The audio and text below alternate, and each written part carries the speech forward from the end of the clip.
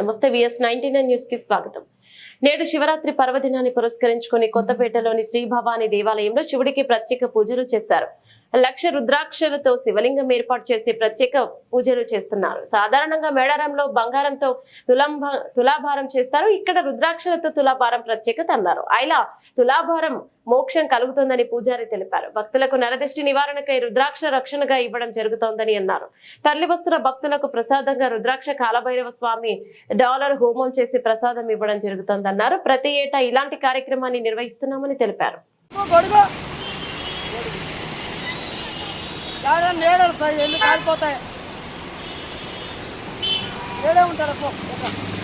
హిందూ సనాతన ధర్మ ప్రేక్షకులకు మహాశివరాత్రి పండుగ శుభాకాంక్షలు.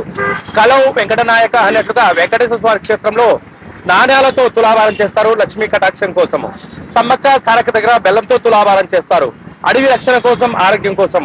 అలాగా శివపురాణంలో రుద్రాక్షలతో తులాభారం చేసుకోవడం వల్ల పంచభూతనాథుడైనటువంటి మహాదేవుడి కాక్షల వల్ల రుణబాధలు, రోగబాధలు, శత్రుబాధలు తొలగిపోతాయని చెప్పి ఏలనాటి శని, అష్టమస్థాన శని, అర్ధాష్టమ శని దోషాలు తొలగిపోయి మృత్యుంజయులుగా ఉంటామని చెప్పి కారణం చేత ఈ యొక్క దేవాలయంలో బాబనాఋషి గారు ఈ కార్యక్రమాన్ని ఏర్పాటు చేయడం జరిగింది.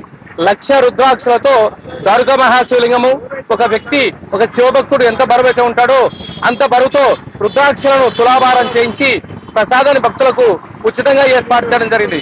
కనుక మనమందరము కూడా మహాదేవుడి యొక్క ఆశీస్సులు పొందుదాం, రుద్రాక్ష తులాభారం చేసుకుందాం, మహాదేవుడి యొక్క ఆశీస్సులు పొందుదాం. జయలో శంకర్ భగవాన్ కి జై.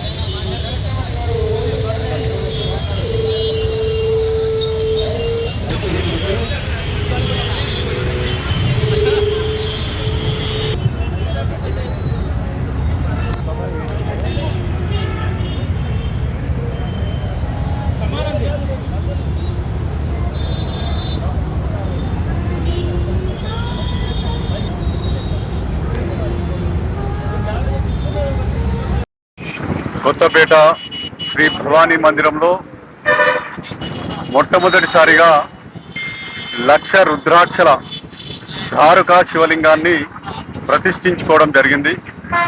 భాగ్యనగరంలో ఉన్నటువంటి హిందూ బంధువులందరూ కూడా ఈ స్వామివారి ఈ మహా రుద్రాక్షల శివలింగాన్ని దర్శించుకొని స్వామివారి కృపకు పాత్రలు కావాల్సిందిగా ప్రతి ఒక్క హిందూ బంధువుని ఆలయ చైర్మన్ గా కోరుకుంటున్నాను. ఓం నమః శివాయ.